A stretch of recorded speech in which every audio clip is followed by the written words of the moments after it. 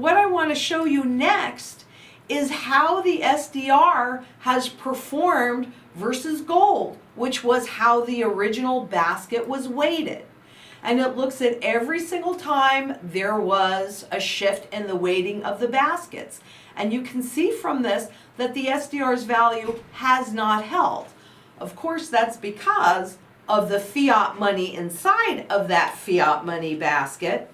And they haven't held against gold either, because by design, their most important function is inflation.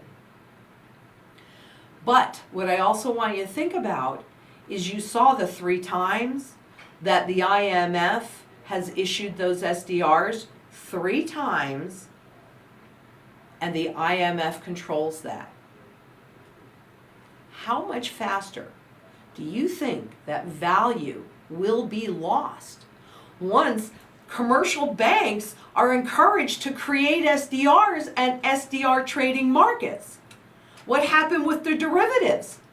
Once there was an oversight, once they were encouraged to do so, that whole system threatens the entire global financial system. And this is the tool that they're going to use to hyperinflate. Wait until you see how they're going to do it. I mean, it is flippin' genius. It really is. And it's been around since '72. And it's the SDR Substitution Fund. It makes it a very easy way to divest out of dollars and into SDRs and even create that market. Because all you have to do is anybody that's sitting in US Treasury bonds or loans or any kind of dollar denominated instrument can simply put them into the SDR Substitution Fund, and guess what? On the other side, they get SDRs. Now the dollar is 41% of the SDR, which means that if they turn in treasuries, there are going to be 60% of that new dollars or dollars that were part of the treasury that are no longer needed. And with the IMF controlling the substitution fund, theoretically, they can control the shift out of dollars and into SDRs. But if only 20 trillion or half of the 20 trillion were sent into the substitution fund, that would almost instantly create 10 trillion in SDRs. And that means that the SDR created from the imaginations of these central bankers with no value in it unless you and I and all of the central bankers will agree to it, they instantly become one of the most liquid financial instruments just like that. I mean, seriously, do you see this? They've had this in place since 1972. They're ready. They were ready back then. They're ready now. Seems pretty simple and pretty clean to me. So let's do a recap. The SDR is a centralized weighted basket of fiat monies. It is neither a currency nor a claim against the IMF. So the IMF can issue as many as they want, but they can never go broke because you have no claim against them.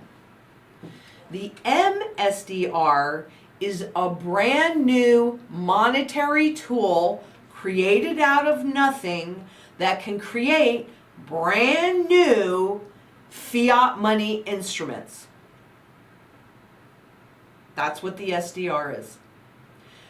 The global financial system needs it because they are out of ammunition and global liquidity is required. The other one in the global liquidity chart, this is 2009. Can you please tell me? We're not in a crisis now, but look at that liquidity. So the substitution fund makes a very easy transition from a US dollar centric financial system to an SDR centric financial system. And because they can create that at will out of absolutely thin air, there's no limitations to how many they can create. That's why Rickard said that we would be experiencing the inflation, but we wouldn't understand where it's coming from. Well, in addition, the entities that will usher in that hyperinflation is the commercial banks. That's who's going to do it. And then finally, I hope that you've seen today that as of this past weekend, the global financial power shift from the US to the IMF has been concluded. China is sitting in the catbird seat, being the one to create and develop the MSDR market. And they can do it. It's a state-run organization. If they tell you you will buy those bonds, you will hold them to maturity, those banks will do it. And they will issue SDR loans, and there you go. You have that whole market. And because the IMF is unelected Treasury secretaries and unaudited independent central bank chiefs, they answer to no one. Most people don't realize this. They won't know it until it's too late. But as of today, you now know that the SDR is taking over the world reserve currency spot from the US dollar with our cooperation. They clearly have a plan. They are clearly executing that plan.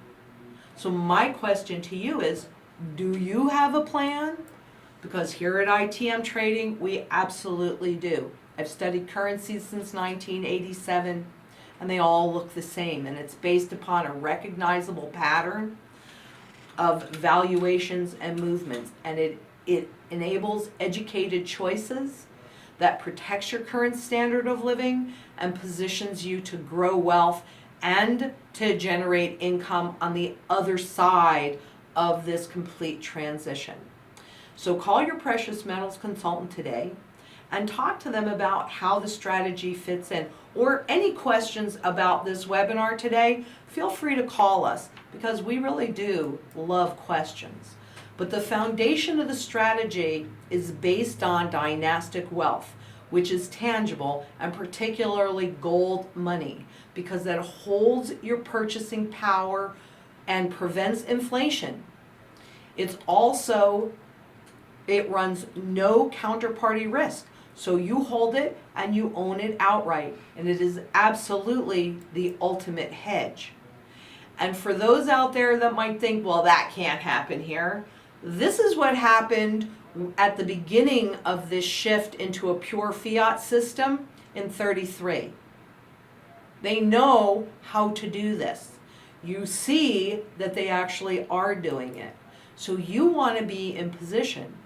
Jim Rickards puts the fundamental value somewhere at this juncture between 10 and 50,000. The higher the debt is grown, the higher those numbers will go.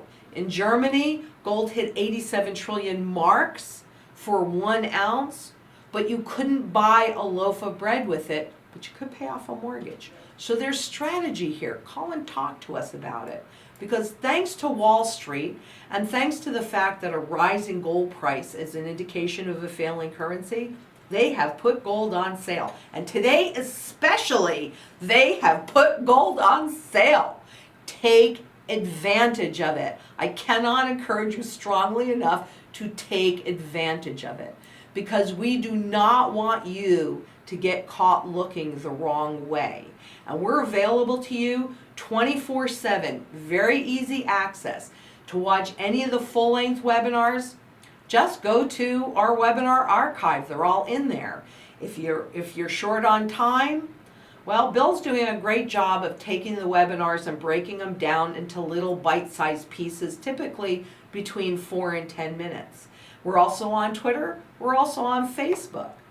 So, with that, That's our webinar for today. I really hope that you got a lot of value out of this, because I definitely consider this one of the more important webinars that I've done.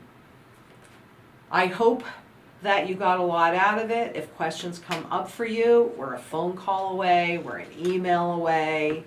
You know, join us again for the next webinar. We'll let you know that's in a month, but it'll be on, unless something other more important than the petrodollar comes up, it'll be on the petrodollar. So thank you very much for your time and your attention today. We're all here to be of service. Have a good one. Bye.